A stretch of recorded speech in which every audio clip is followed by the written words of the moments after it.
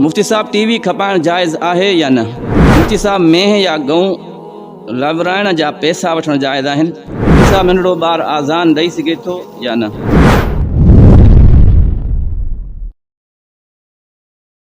मुफ्ती साहब नोटनि वारा हार खपाइण जाइज़ आहिनि?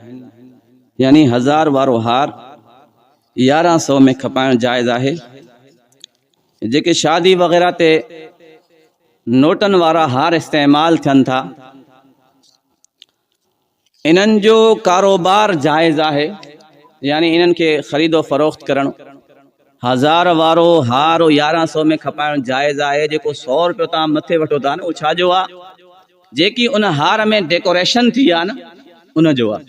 छो त तव्हां सिर्फ़ु 1100 वठी उनखे 1000 नथा ॾियो, बल्कि उन 1000 खे तव्हां डेकोरेट कयो आहे, उन में गुल वग़ैरह हया ॿियूं शयूं इस्तेमालु कयूं आहिनि। इन एतबार सां उन हार खे खपाइण इहो जाइज़ आहे। पर आलिम सगोरा फरमाइनि था इहा शइ तक़वा जे ख़िलाफ़ आहे। इहे हार इस्तेमालु करणु हिकु इसराफ़ जे ज़मरे में अचे थो। जेकॾहिं तव्हां कंहिं घोट खे मुबारकबाद ॾियो था त बहितर तरीक़ो इहो आहे उनखे कैश ॾियो। ज़रूरी न आहे तव्हां उनखे हार ॾियो या उनजे मथां घोर कयो।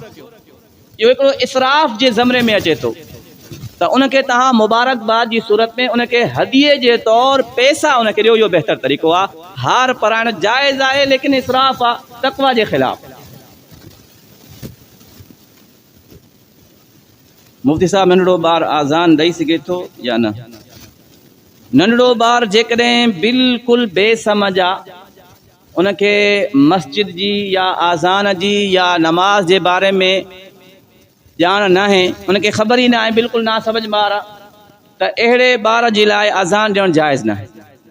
बाक़ी जेको ॿारु बालिग़ न आहे, बालिग़ थियण वारो आहे या अञा चंद साल आहिनि, पर उहो समझदार आहे, उनखे आज़ान जी ख़बर आहे, आज़ान जा लफ़्ज़ उनखे चङी तरह यादि आहिनि, उनखे नमाज़ जी ख़बर आहे त हे नमाज़ आहे, हे क़ुरान आहे, ॼाण अथसि एतिरी, त अहिड़ो ॿारु बि आज़ान ॾेई सघे थो, अगरचे उहो बालिग़ न हुजे।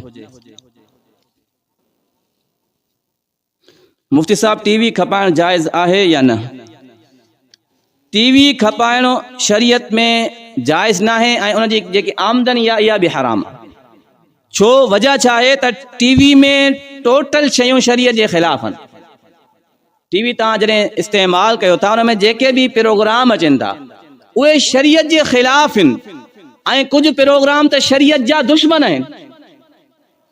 उन में बेहयाई जो अंसर ज़्यादा आहे, त टीवी ख़रीद करणु ऐं घर में इस्तेमालु करणु इहो जाइज़ न आहे, ऐं टीवी खपाए करे उहे पैसा बि हराम आहिनि।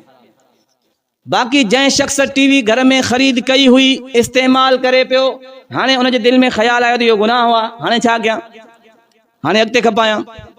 जेकॾहिं अॻिते खपाईंदो त ज़ाहिर आहे अॻिलो शख़्स ॾिसंदो त हे बि उनजे गुनाह में हिसेदार आहे, मुआविनत थो करे, त अॻिते खपाइणी न आहे। बहितर इहो आहे त इन ग़लीज़ शइ खे भञी ज़ाया कयो, या वरी इनखे भञी करे इन जा जेका पुर्ज़ा आहिनि, जेकॾहिं कंहिं ॿिए कम में इस्तेमालु थी सघनि था त कयो, या इन्हनि पुर्ज़नि खे अलॻि अलॻि विझो।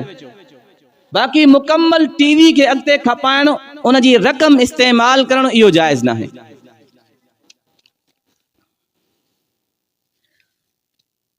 मुफ्ती साहब मेह या गऊं लवराइण जा पैसा वठण जाइज़ आहिनि? बहराड़ी में इहो तरीक़ो हूंदो आहे त जंहिं वटि सान हूंदो आहे गऊं जो या मेह जो, त ॿिया माण्हू पंहिंजी गऊं या मेह उन वटि आणींदा आहिनि लवराइण जे लाइ, त इहो लवराइण जाइज़ आहे, पर इन में उजरत वठणु, पैसा मुक़ररु करणु त 500 वठंदो मां या 1000 वठंदो मां, इहा उजरत जाइज़ न आहे। छो त नबी अलैहिस्सलातु वस्सलाम हिकिड़ी हदीस पाक में इन उजरत खां सख़्तु मना फरमायो त जुफ्ती कराइण जी जेकी उजरत आहे, नबी साईं फरमायो इन खां बचो या न वठो। बाक़ी जेकॾहिं को माण्हू पंहिंजी ख़ुशी सां हदियो तव्हांखे ॾिए थो त उहो हदियो क़बूल करणु जाइज़ आहे। मुक़ररु न आहे करिणो त हिते 500 रख पोइ में लवराए सघे थो, इहा उजरत जाइज़ न आहे। कोई हदियो बि कोई न ॾींदो आहे, कंहिंखां घुरणो बि न आहे। कोई दिलि जी ख़ुशी सां हिकिड़ो चए थो त मुंहिंजो कमु थी वियो, मांजी में लगी वही फर हासिल थींदो त इन ख़ुशी में जेकॾहिं को हदियो ॾिए थो त उन हदीअ खे क़बूल करणु जाइज़ आहे। अल्लाह पाक सम्झण जी तौफ़ीक़ नसीब फरमाए। आख़िर